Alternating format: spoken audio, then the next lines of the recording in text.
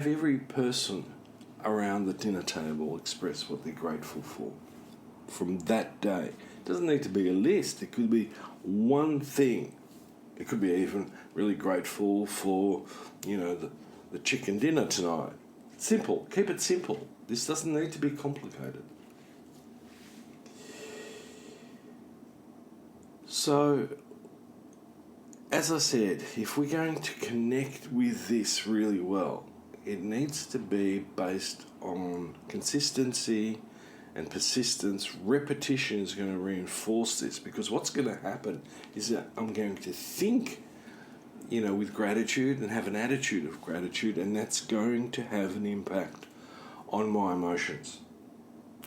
So rather than, floating around with this, roller coaster, I'm regulating my emotions better by intent through reflection. So I'm not, as a client the other day said to me, I've gone from chimpanzee to human, and I had to smile. It was in a way a very apt sort of metaphor. And he's had, some serious struggles regulating his feelings, and he's made huge progress. And, I said to him, you can be grateful for your consistency and persistence, because sometimes he struggled with what can I be grateful for. And so the idea of being better in my emotional regulation, but also being therefore more mature, is going to give me a greater degree of appreciation of myself, of others, but also feel more resilient. And that's an important thing, especially during a time when things can be tough.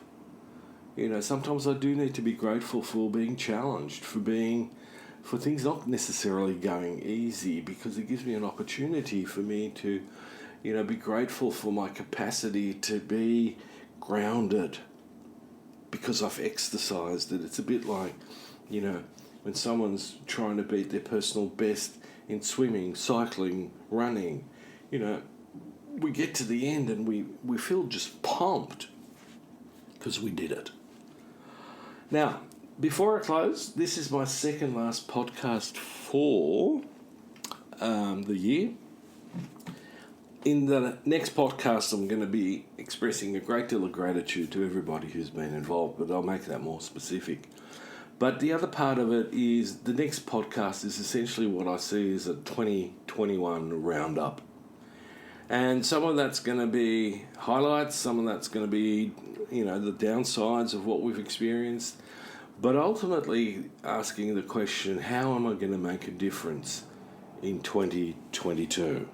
And so until then, I'd like to invite all of you to reflect on this and see whether you can respond from a stronger, better, more authentic space. Until next time, this is me signing off. Thank you for listening to Inspire Change with Gunter. Gunter Swoboda does individual and group coaching for men looking to grow.